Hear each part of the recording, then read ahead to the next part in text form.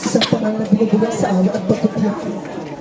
Isang inanunong ngayon na isang mutong bumilisita sa mga labing nasiyan ng mga pangarap. Anong krimen ang kanyang ginawa? Kung maranasan ko ang ganitong kapalaran, anong kasalanan ang bigyan sa akin ng malungkotang ito? Basilio? Crispin? Ang aking mga anak! Basilio at Crispin! Ang aking mga mahalagang anak! Tuloy na ako nasayakan ng aking mga kamay na kapalaran! Ang isa ay nilamon ng kadiliman ng pang-api. Ang isa ay nilamon ng kalawakan at inosenteng nawala. Ilang luha ba ang kailangan ay bukas na magpahiya ng mga dumi sa kanilang mga panghihirap.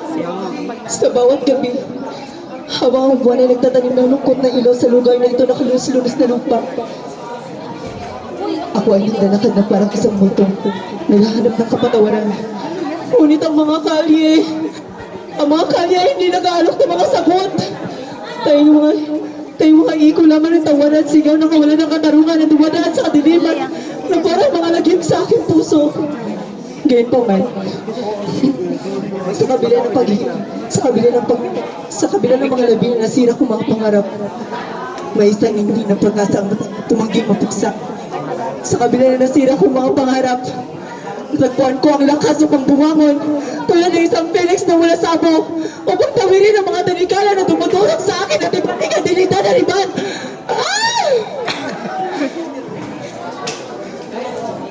Katayahan silang bulungin ang aking pangalan sa manakang kusulosok na tuno at pagkutyang.